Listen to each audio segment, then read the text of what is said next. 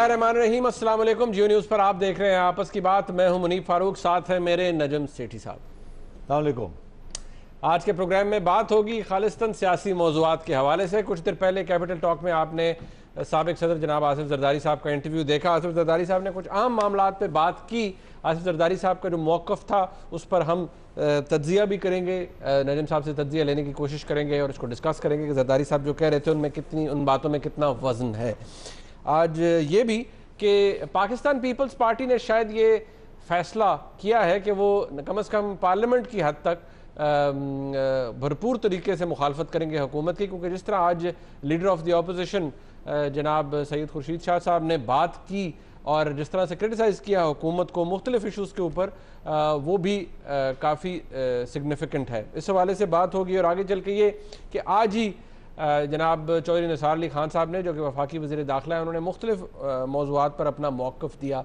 अहम मौजू ज़ाहिर बात है वो स्पॉट फिक्सिंग स्कैंडल तो है, लेकिन उसके ऊपर उन्होंने इस तासुर को एक दफ़ा फिर मुस्तरद किया था कि किसी किस्म का तनाव है PCB के साथ। लेकिन उन्होंने बात सिंध हुकूमत के हवाले से भी की और उस हवाले से भी कि जो बयान दिया था सिंध के वज़ीर आला जनाब मुराद अली शाह साहब ने, वफाकी जो डिपार्टमेंट्स हैं उनके हवाले से, उनकी कार्रवाइयों के हवाले से, इस हवाले से आज के प्रोग्राम में बात होगी। तो प्योरली पॉलिटिकल एजेंडा है आज के प्रोग्राम का। सो नजम सेठी साहब, आर यू गियर्ड अप? आप गलत बयानी कर रहे हैं। क्यों? आप पॉलिटिकल एजेंडा के अंदर कहीं ना कहीं गूगली करा देंगे आज। चले वो तो फिर अब सेठी साहब, you leave it to me. Alright, बिल्कुल I be ready for the googly. ये भी आपकी सोच है, अब मैं प्रेडिक्टेबल नहीं रहा। चलो, आसिफ जरदारी साहब ने आज मुख्तलिफ सवालात के जवाब दिए। सवाल उनसे मुख्तलिफ हवाले से किए गए। मैं चाहता हूँ अगर हम उस मौजू के हवाले से बात करें जो कि रिसेंटली पैदा हुआ, और वो था हुसैन हक्कानी साहब का वो स्टेटमेंट, इनफैक्ट वो आर्टिकल जो कि उन्होंने वाशिंगटन पोस्ट के अंदर जो छपा, और फिर उसके हवाले से बात हुई कि कुछ नई रेवलेशंस हैं। फिर हक्कानी साहब ने कहा कुछ नया नहीं है। पाकिस्तान पीपल्स पार्टी हुसैन हक्कानी साहब को इन जनरल और उस बयान को इन पर्टिकुलर झूठ का पलंदा कहती रही, उसे डिसओन करती रही। आज आसिफ जरदारी साहब का इस हवाले से क्या कहना है, क्योंकि अमरीकनों को, CIA एजेंट्स को जो वीज़ा का इजरा था उस हवाले से बहुत सी बातें की गई कि शायद जरदारी साहब के कहने पे या हुकूमत के कहने पे बिल्कुल ब्लैंकेट अप्रूवल होता था और वो बग़ैर किसी चेक एंड बैलेंस के दिया जाते थे वीज़ा। इस पर आसिफ जरदारी साहब का क्या कहना था, ज़रा पहले एक क्लिप देखिए। मैं नहीं समझता हूँ कि हुसैन ने ये कहा है, ना उसको ये राइट था कि किसी को वीज़ा दे सके।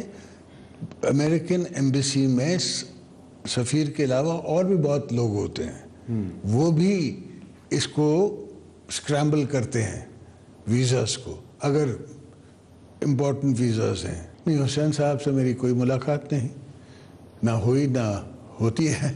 वो आजकल किसी और टैंजेंट पे हैं। वो अपने आप को बहुत बड़े इंटेलेक्चुअल समझते हैं और हम उनसे नहीं मिलते, क्योंकि उनकी सोच में और हमारी सोच में बहुत फ़र्क आ चुका है।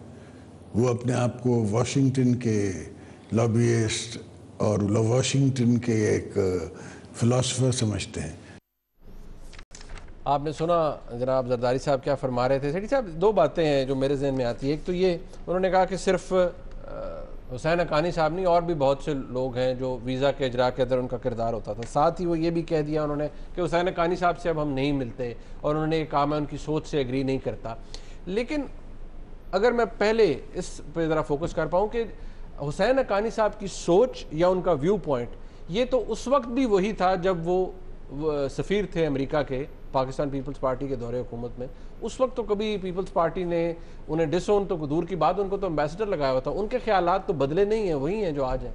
ये उनके ख्यालात नहीं बदले, मगर जरदारी साहब अब पावर में नहीं हैं, अब वो अपोजिशन में हैं एक किस्म के, और वो इसमें कोई शक ही नहीं है कि वो दूर हो चुके हैं हक्कानी साहब से। वो सच कह रहे हैं। मेरा ख्याल है हक्कानी साहब became an embarrassment for the Peoples Party, specially for the president. आपको याद होगा मेमो गेट के अंदर हुसैन हक्कानी पे तो कम इल्ज़ाम था, आसिफ जरदारी के ऊपर इनडायरेक्टली ज़्यादा बड़ी अटैक थी कि हुसैन हक्कानी ने जो कुछ किया आसिफ जरदारी के कहने पे किया। हालांकि हुसैन का ये कहना था कि ये जो कुछ किया मैंने खुद किया, मगर अपोजिशन इंक्लूडिंग नून लीग, इन्होंने जरदारी साहब को टारगेट किया हुआ था वाया हुसैन हक्कानी। और मैं समझता हूँ उस वक्त की मिलिट्री इस्टेब्लिशमेंट ने भी शायद इसी किस्म का उनका भी मौक़िफ़ था। कि you can't trust these two, both of them. अब आज अगर जरदारी साहब ये कहते हैं कि उनकी सोच में और मेरी सोच में बड़ा फ़र्क है, तो मेरा ख्याल है वो ये नहीं कह रहे कि उस वक्त की सोच और उस वक्त की सोच में हमारा बड़ा फ़र्क था, आज की सोच, क्योंकि साथ ही ये भी कह रहे हैं कि वो अब लॉबियस्ट बन चुके हैं। ज़ाहिर है पाकिस्तान के तो लॉबियस्ट नहीं है ना, तो किसके लॉबियस्ट है? वो अमेरिका के लॉबियस्ट बन चुके हैं। ये this is what he saying. हाँ, वो कहते हैं उनका सोच जो है वो पाकिस्तान मुखालिफ बातों को हम एग्री नहीं करते, वो उन्होंने कहा वो लॉबियस्ट बन चुके हैं। तो जाहिर है वो पाकिस्तान के लॉबियस्ट नहीं है ना, पाकिस्तान तो उनको तनकीद कर रहा है, पीपल्स पार्टी भी तनकीद कर रही है, और वो खुद ही कह रहे हैं कि उनकी सोच में मेरी सोच कह रहे हैं कि वाशिंगटन के लॉबिस्ट। तो इसका मतलब यह है कि वो वाशिंगटन के लॉबिस्ट है। तो basically this is a rupture. Washington से लॉबियस्ट मुराद है कि वो पाकिस्तान के लॉबियस्ट नहीं है इन वाशिंगटन, बट वाशिंगटन के अंदर वाशिंगटन के लॉबियस्ट है। आप समझ रहे हैं ना, वाशिंगटन शहर के अंदर वाशिंगटन हुकूमत के लॉबियस्ट है। और लोगों ने यहाँ ये भी ज़रूर कहा है कि ये जो मजमून लिखा गया है ये इतना पाकिस्तानियों के लिए नहीं है जितना कि ये कोई पैगाम या कोई सबक सिखा रहा है डोनाल्ड ट्रंप की एडमिनिस्ट्रेशन को। इसीलिए उन्होंने रशियन एम्बेसडर को भी डिफेंड किया और अपना हवाला एक पैक बनाया। तो मैं समझता हूँ एक तो बात उन्होंने सही कही, दूसरी बात भी मेरा ख्याल है जरदारी साहब ने सही कही। वो कहते हैं Haqqani was not the only one जो कि वीज़ा इशू कर रहे थे। बात तो उन्होंने मेरा ख्याल है अधूरी बात कह दी है जो कि सच है, बाकी आधी बात जो है वो नहीं कही, और वो शायद इसलिए नहीं कही कि शायद मुनासिब नहीं है उनका कहना।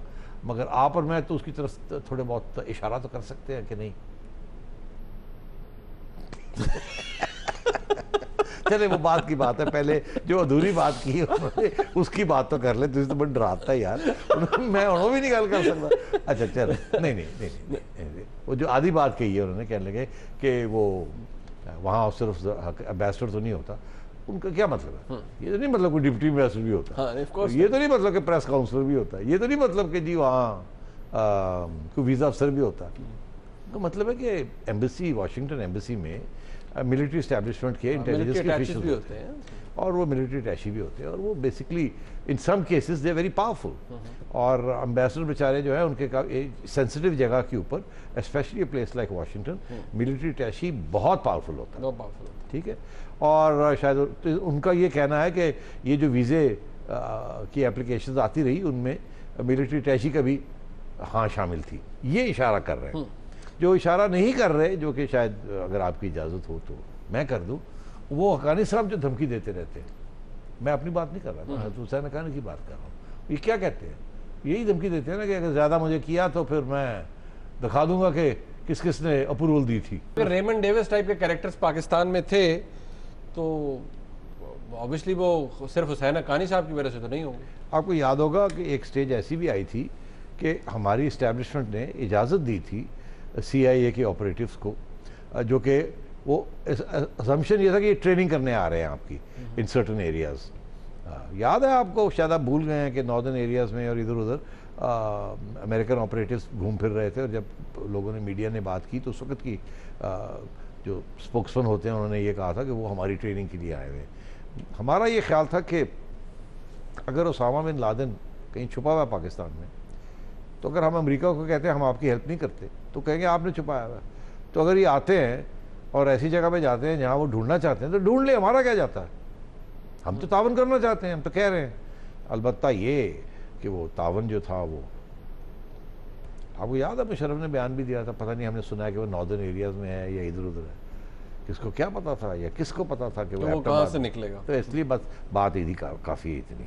तो मैं समझता हूँ जरदारी साहब ने आज बड़ी समझदार बातें की हैं, मगर सारी दोनों बातें आधी आधी की हैं, और वो इसलिए क्योंकि वो थोड़ा सा ख्याल से चलना पड़ता है ना उनको, और हमने भी आधी आधी की है, हमें भी ख्याल से चलना। इससे क्या कहा रहता है? सिलेक्टिव एडिट किया उन्होंने, सिलेक्टिवली एडिट किया। जाहिर है, इज अ पॉलिटिशियन, अब तो जाहिर है, he has to be careful. Selective omission, particularly जो आसिफ जरदारी साहब ने कुछ 1.5-2 साल पहले तकरीर की थी, उसके बाद आसिफ जरदारी साहब काफ़ी वॉचफुल हो गए हैं।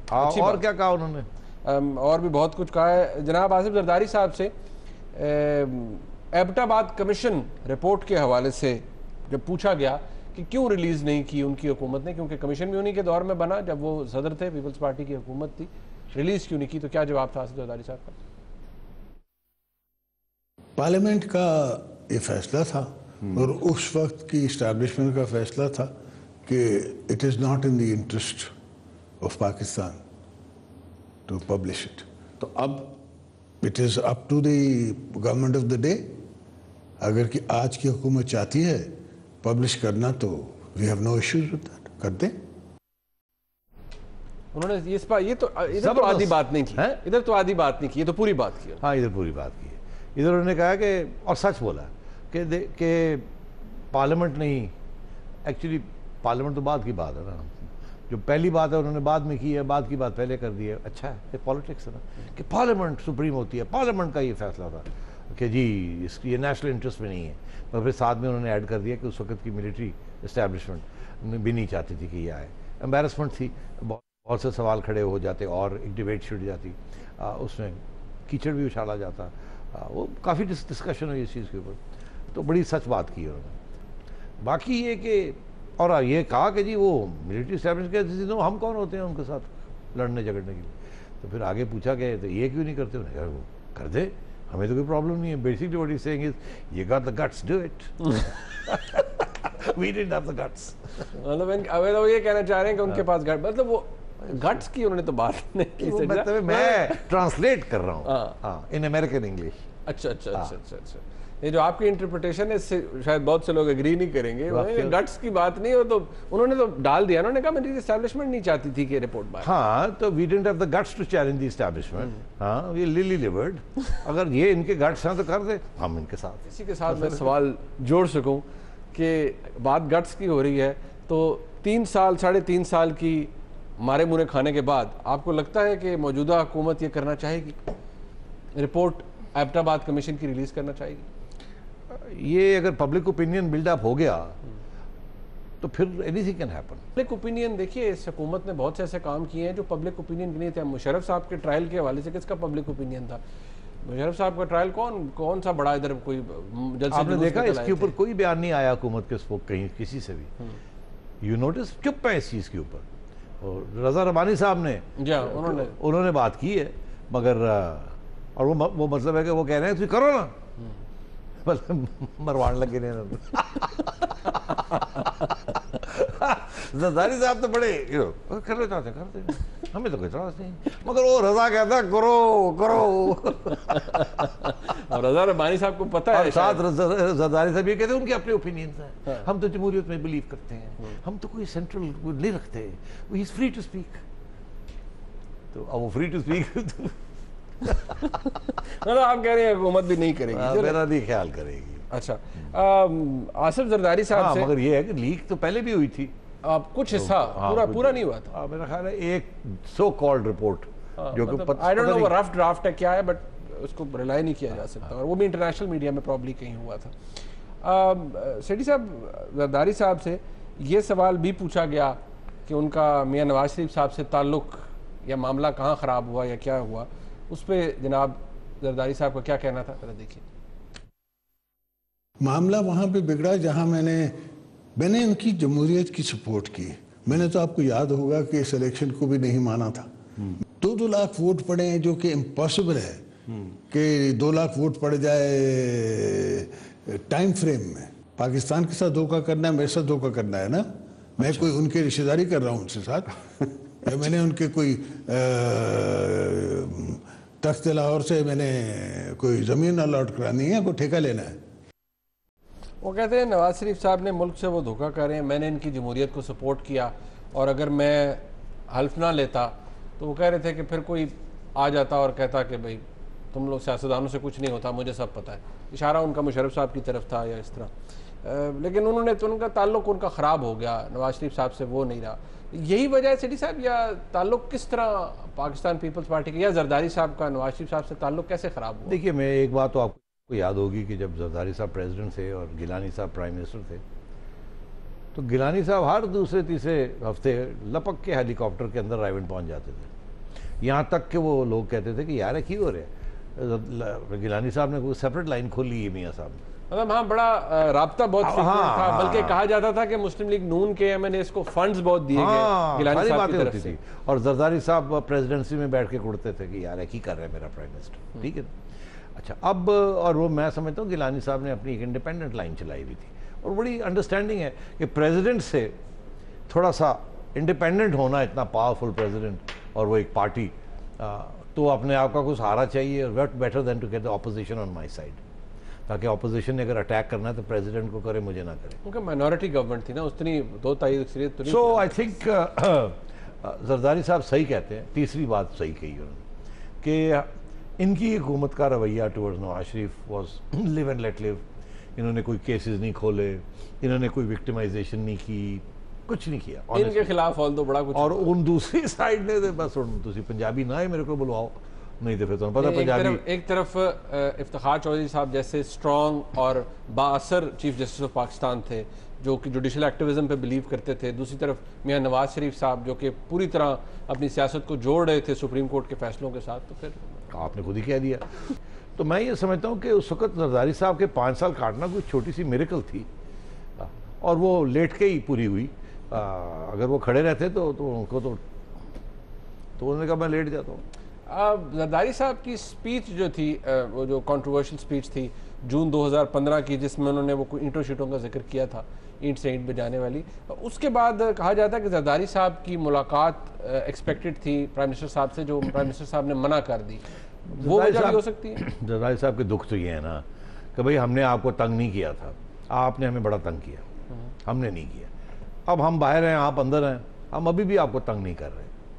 तो पप्पू साड़ा पीछा छोड़ यार, सानू क्यों तू तंग करना। नहीं बट मतलब है कि उस तंग तो करप्ट सिंध में हो रहे थे ना। बट सेठ साहब, जरदारी साहब इस मामले में तो देखिए उनकी बात में वजन है कि जब धरना होता है आसिफ जरदारी साहब आ भी जाते हैं, रायवन भी जाते हैं, मशवरे भी देते हैं, मियां नवाज शरीफ साहब जफ्फियाँ भी डालते हैं प्राइम मिनिस्टर साहब, लेकिन जब जब वो खतरा टलता है तो फिर रवैये बदल जाते हैं। हाँ, जरदारी साहब को सिर्फ मैं एक बात कहूँगा कि ये बात उन्होंने सही कही है कि नून लीग ने उनके साथ अच्छा नहीं किया, मगर मैं समझता हूँ और नून लीग ने उनके साथ सियासत खेली है, और जरदारी साहब अगर खेलना चाहते तो पत्ते कमज़ोर थे, उन्होंने सियासत नहीं खेल सके। नून लीग के पास पत्ते तकड़े थे और फिर उन्होंने ठीक ठाक सियासत खेली, इधर साजिश खिंच दो, एक्ट कर दिया। हूँ आओ जरदारी साहब का मसला ये बना हुआ है कि सिंध के अंदर इस्टेब्लिशमेंट में तो गिटे बैग ही ठीक और मियाँ साहब की करन मियाँ साहब को डरा लगे कि उन्होंने गिटिया निकल मेरी गिटिया बेटर होती रहे यार मेरे वाल ना यार। तो वो जरदारी साहब कहते रहे यार है की गल हुई गिट्टा ही ना सोच गेम गिटिया दी हो गई। ये तज्जिया जो है ये बड़ा दिलचस्प होता जा रहा है विद एवरी क्वेश्चन। आप ब्रेक ले लेते हैं। मैं ब्रेक ले लेता हूँ, मैं ब्रेक से वापस आऊंगा तो ये गिटो शिटो की बात है इसको साइड पे रखेंगे हम और कुछ और बातों के जवाब यार पंजाबी में बड़ी आसानी से एक्सप्लेन हो जाता सारा कुछ। लेकिन हमारे बहुत से व्यूअर्स पंजाबी नहीं। हाँ नहीं, मगर उनको पसंद आएगी ये बात जरूर जरूर, जैसे वो बब्बू वाली बात पसंद आई थी, याद आपको। एक ब्रेक ले लेते हैं जी हमारे साथ से।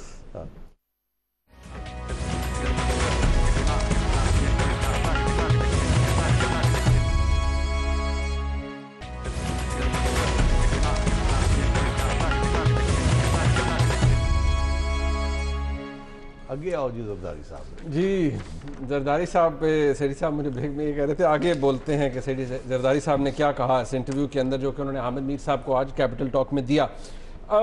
एक मुआहदा जो कि जिसको इसके ऊपर हुकूमत बहुत उसको अपनी अचीवमेंट समझ रही है वो ये कि अब स्विस बैंकों के अंदर पड़े हुए उस जिसे कहा जाता है उस पैसे का पता चलेगा जो इसमें पाकिस्तानियों का पैसा भी शामिल है, कि पाकिस्तानियों का एक्चुअली वहाँ पर क्या स्टेटस है, कितने पैसे वहाँ पड़े हुए हैं और इसमें ब्लैक मनी कितनी है, इसके बारे में शायद कोई रसाई पाकिस्तान को हासिल हो जाएगी।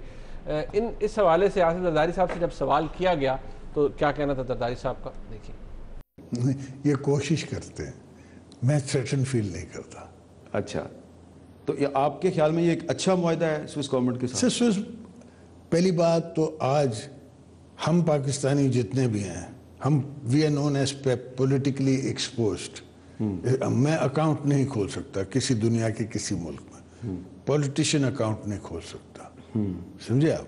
ये सिर्फ मियाँ साहब का खानदान है जो अकाउंट खोल सकता है, हम नहीं खोल सकते अकाउंट। तंज कर रहे थे जनाब जरदारी साहब और उन्होंने कहा सर मियाँ साहब का अकाउंट ख़ानदान अकाउंट खोल सकता है।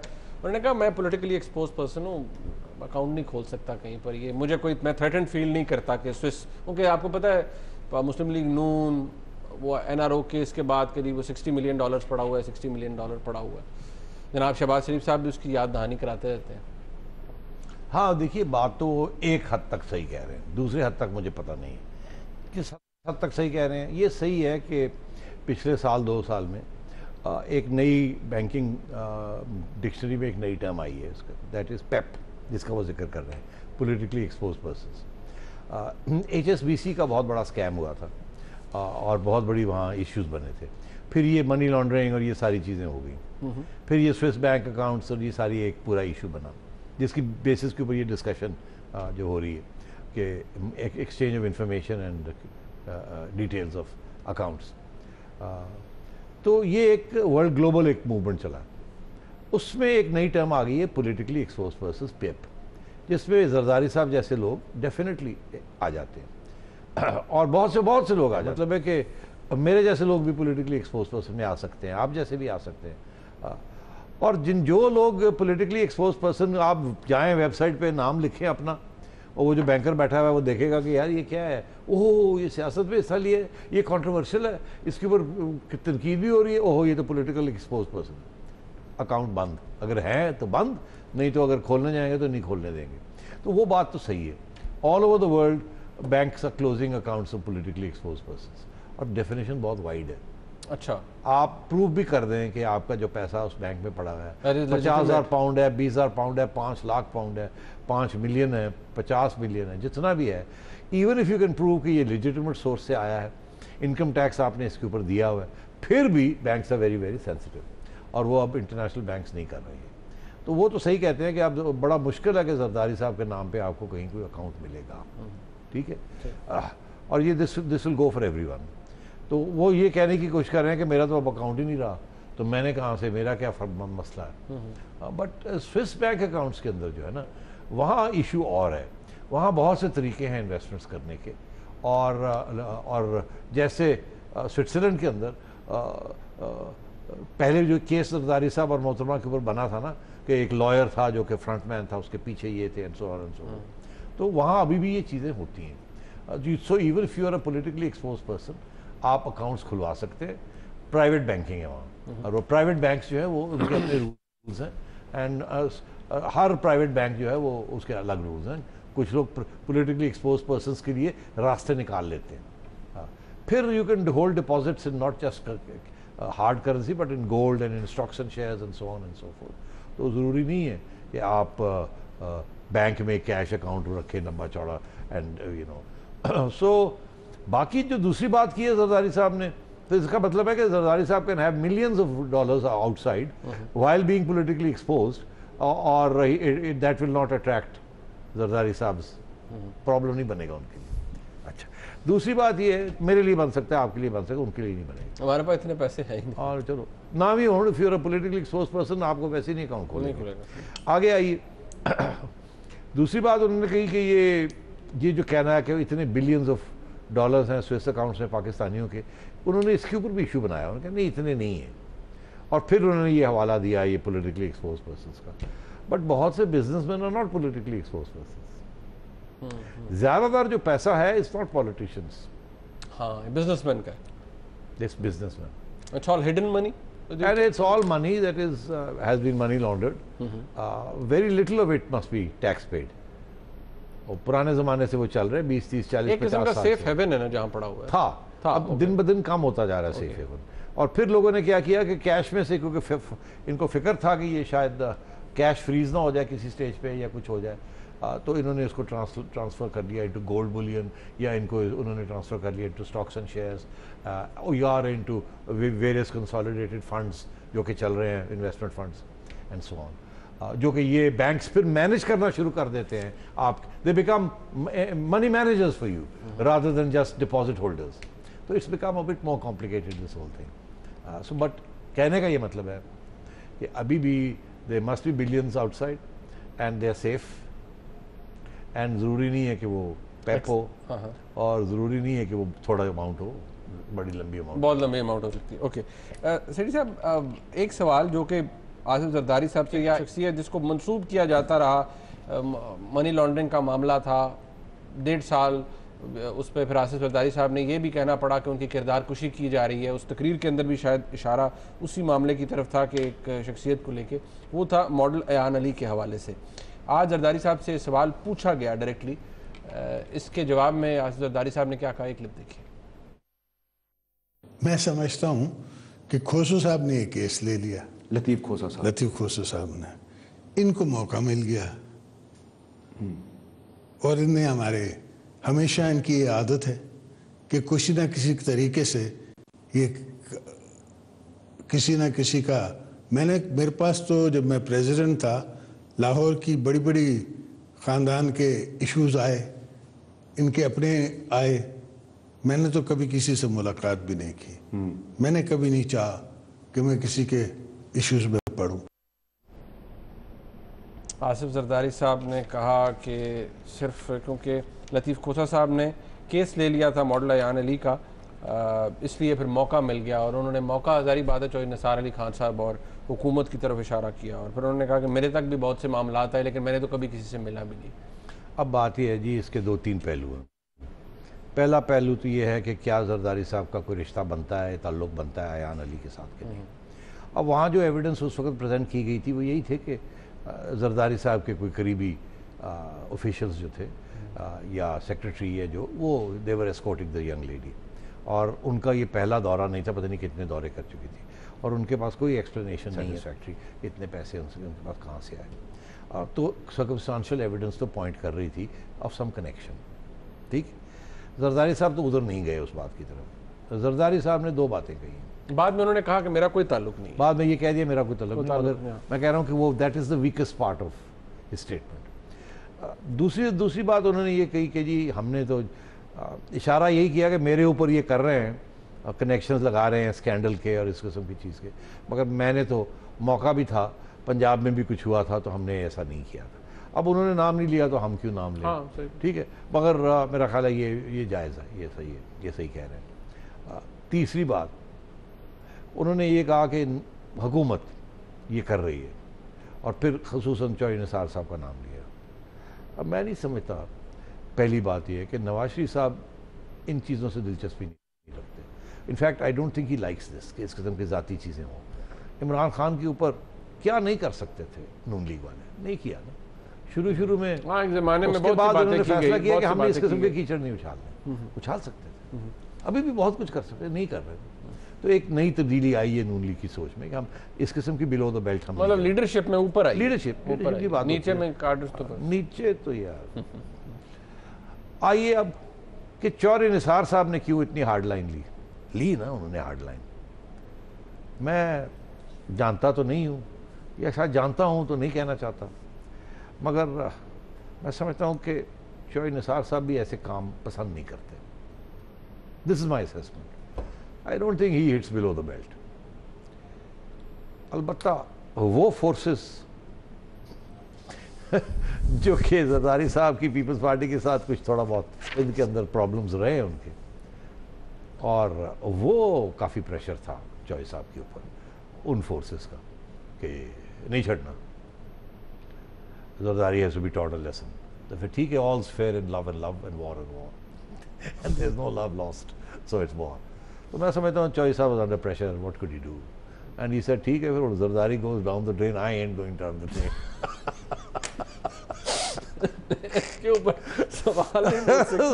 सवाल आई थिंक ये the bottom line is this, bottom line. देखिए, आसिफ जरदारी साहब ने बड़ी सीधी बातें की हैं, हमने भी सीधी हमने उनसे ज्यादा सीधी बातें करने की कोशिश की है, लेकिन हम क्या करें, उसमें कभी हम अंग्रेजी बोल देते हैं अपने आप को बचाने के लिए, कभी पंजाबी आ जाती है, तो और कभी हम थोड़ी सी माजूरी जाहिर कर देते और हैं, थोड़ी सी फिर हैंड्स अप हो जाते हैं। जाहिर बात है, बस ऐसे ही है, क्योंकि हमारे हैंड्स अप हो जाते हैं। हाँ बिल्कुल, आजकल तो लंबी हो रहे हैं।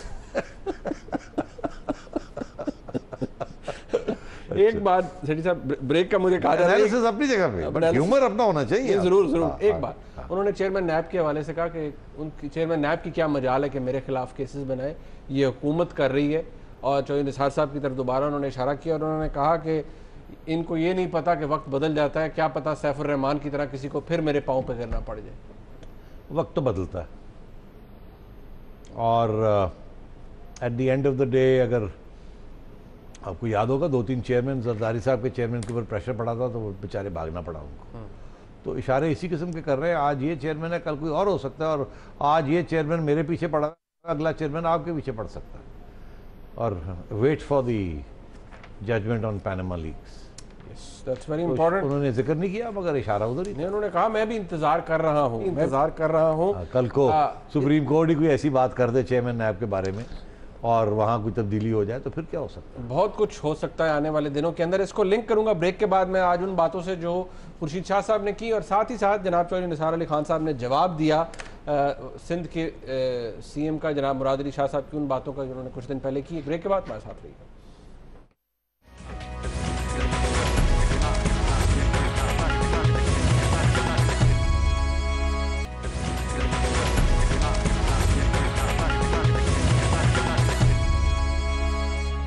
सिंध के वज़ीर आला जनाब मुराद अली शाह साहब ने तकरीबन 2 से 3 रोज़ कबल बात की थी उस वाक़े के ऊपर जो कि इस्लामाबाद एयरपोर्ट पे पेश आया, जब शर्जील नाम मेमन साहब 2 साल खुद साख्ता जलावतनी के बाद वापस आए। उनको नैब के लोगों ने पकड़ा कुछ देर के लिए। शर्जील मेमन साहब का कहना है कि उन्हें हरासा किया गया, एक किस्म का अबडक्ट करने की कोशिश की गई। जब कागजात देख लिए फिर छोड़ दिया गया, जिस पर जनाब मुराद अली शाह साहब ने कहा कि अगर यही तरीक़ाकार रहा वफाकी इदारों का तो वो उनका बोरिया बिस्तरा सिंध से गोल कर देंगे। ये कहना था मुराद अली शाह साहब का। उसका जवाब दिया आज चौधरी निसार अली खान साहब ने। क्लिप देखिएगा। इनसे क्यों नहीं पूछा जाता कि 2 साल अगर इतने आप साफ थे, पवित्र थे, तो 2 साल आप कहां गायब रहे? मतलब सोचने में और सफाई पेश करने में इनको 2 साल लगा। क्या इस मुल्क के हर करप्ट आदमी के पीछे उसको पकड़ने में मैं ही हूं? वुज़रा के झुरमुट में आते हैं, जाके चीफ मिनिस्टर को जाके मिलते हैं, वफाकी हुकूमत पे इल्जामात लगते हैं। भाई इल्जामात से ज्यादा अपनी जो आप पे इल्जामात लगे हैं उनकी वजाहत करें। देखें, सिंध कोई सूबा भी, मैं सिंध नहीं कहता, कोई सूबा भी किसी की जागीर नहीं है कि वो ये फैसला करे कि यहां किसने रहना है और किसने नहीं रहना, कौन कार्रवाई कर सकता है और कौन कार्रवाई नहीं कर सकता। ये तो एक ऐसा स्टेटमेंट है जो कोई जिम्मेदार आदमी सोच भी नहीं सकता। उन्होंने सीएम सिंध को गैर जिम्मेदार करार दे दिया। सिटी साहब यार, सीएम सिंध की जो आउटबर्स्ट है ना, बोरी बिस्तरा चुका रहे हैं, मैं वो दिन देखना चाहता हूँ जिस दिन सिंध गवर्नमेंट और सिंध चीफ मिनिस्टर मुराद अली शाह किसी का बोरी बिस्तरा उठाएंगे। इनका अपनी बोरी बिस्तरा उठ जाना है अगर इन्होंने इस किस्म की हरकत सोची भी। और ये उसी किस्म की फजूल किस्म का बयान है जिस किस्म का बयान जरदारी साहब ने गुस्से में आके एक दफ़ा दे दिया था। ये ऐसे बयान नहीं देने चाहिए। आज यार जरदारी साहब ने बड़ा सुलझा हुआ जवाब दिया। हाँ, हमारा मुदब्बराना इंटरव्यू था। वो ट्रांजिशन बेल लेना चाहते थे, कहा ना उन्होंने। हाँ जी, कि वो इस्लामाबाद इसलिए आए कि उन्हें बेल वहाँ से मिली। तो बड़ा स्ट्रेट फॉरवर्ड सवाल। तो अब वो चीफ मिनिस्टर साहब ने भी तो कुछ प्रेशर होगा ना कि बोलो ना, कहो ना, तो चुप करके बैठे हो चीफ मिनिस्ट्री की, बोलो ना। जरदारी साहब ने कुछ किया होगा ना थोड़ा बहुत, you know what I mean. तो वो फिर बोल पड़े अपने आप की वो क्रेडेंशियल्स दिखाने के लिए। वो तो बोलेंगे तो फिर जिनका वो बोरी बिस्तरा उठाना चकवा चाह रहे हैं उनका तो स्पोक्समैन चौधरी निसार है ना। हाँ, तो चौधरी साहब ने फिर जवाब देना था ना। आपको याद होगा हमेशा जब ऐसी कोई बात होती है तो चौधरी निसार जवाब देते हैं। हाँ, चौधरी साहब बड़ा खुल के बयान देते। बोरी बिस्तरा वाले तो जवाब नहीं देते, वो तो चौधरी साहब देते हैं। बस फिर वो मिल गया जवाब उनको। मैं ज़रा आज आपकी तवज्जो दिलाना चाहूँगा कि ना सिर्फ जरदारी साहब का जो चलें आज इंसिडेंटली आ गया इंटरव्यू कैपिटल टॉक में, लेकिन खुर्शीद शाह साहब ने बातें की नेशनल असम्बली के अंदर। उन्होंने कहा कि ये हुकूमत फेडरेशन को कमज़ोर कर रही है और रिसेंटली उन्होंने कहा कि जो सिंधी ऑफिसर्स हैं और खैबर पख्तूनख्वा के ऑफिसर्स हैं उनको प्रमोट नहीं किया जा रहा। एक दफ़ा फिर एक किस्म का जो नेक्सस है वो ज़्यादा स्ट्रॉन्ग गिना जाता है पंजाब का और वफाकी हुकूमत का। ज़ाहिर बात है वहाँ भी हुकूमत मुस्लिम लीग नून की है। ये परसेप्शन मुस्लिम लीग नून तोड़ पाई है 3 साल में या नहीं तोड़ पाई? नहीं, मेरा ख्याल है ये छोटी सी चीज़ को बहुत बड़ा बना देते हैं। एक्चुअली प्रोविंशियल हुकूमत सिंध की जिस किस्म के अपने हकूक़ चाहती है, ये वही है एक ज़माने में जो नवाज शरीफ साहब चाहते थे जब मोहतरमा की हुकूमत थी कि चीफ सेक्रेटरी लगाना है तो हम लगाएंगे, आप कौन होते लगाने वाले। ये जो पुराना एक ट्रेडिशन थी ना कि फेडरल गवर्नमेंट लगाती है चीफ सेक्रेटरी, फेडरल गवर्नमेंट लगाती है IG, they are federal employees, they are on loan to the province, establishment division कर। सबसे पहले इसको हिस्टोरिकली चैलेंज किया था नवाज शरीफ ने when he was in Punjab during the first Benazir Bhutto government. अच्छा, यहाँ तक कि वो मोहतरमा को एयरपोर्ट पे रिसीव नहीं करने आते थे। Protocol requires chief minister to receive the prime minister, तो मियाँ साहब ने कहा मैं नहीं करना। तो ये बगावत तो पहले मियाँ साहब ने की थी। तो वो होता ये है कि what goes round comes round. अब ये पूरी बगावत तो बेचारे सिंध वाले कर नहीं सकते, वो छोटी मोटी धमकियाँ देते हैं। नहीं वो फिर मैं ये कहूँगा बगावत नहीं, वो कर्टसी में आते हैं। अच्छी बात। अच्छा चलो, अच्छा बात आपने कर दी, बचाव बचाव कर दिया। वैसे सियासी तौर पे तो कर्टसी नहीं होती ना। सियासी तौर पे तो तकड़ा बगावत करता है, कमज़ोर नहीं करता। इस फेडरेशन के अंदर पंजाब तकड़ा है और इसीलिए इतना एहतजाज है कि इक्वल होना चाहिए सबको। अरे सब भाई भाई होने चाहिए, भाई भाई ये नहीं कोई बिग ब्रदर। और बिग ब्रदर बड़ा भाई नहीं, बिग ब्रदर जॉर्ज ऑरवेल वाला बिग ब्रदर। वक्त ख़त्म हो गया। ऑल्दो खुर्शीद शाह साहब ने यह भी कहा तगड़ा फैसला आना चाहिए पैनामा का, लोगों की नज़र कोर्ट पर है, टेस्ट है, यह चैलेंज है जुडिशरी के लिए। यानी कि अगर फैसला वो आया जो मुस्लिम लीग नून के हक में हुआ तो फिर ये चैलेंज का पता नहीं जुडिशरी इसमें किस हद तक सुरखरू होती है। नहीं, एक परसेप्शन ज़रूर बिल्ड हो ये गया। कहना चाहिए था कि फैसला कानून और आइन के मुताबिक आना चाहिए। नहीं, वो सियासत में तो जिस तरह आप खुद कहते हैं कानून आइन तो पीछे रह जाते हैं। सही कह रहे हैं। ज़्यादा कन्वीनियंट चीज़ों को अहमियत दी जाती है। बहरहाल आज का प्रोग्राम आपने देखा, इसका फीडबैक जरूर दीजिएगा। देखने का बहुत शुक्रिया। खुदा हाफिज़।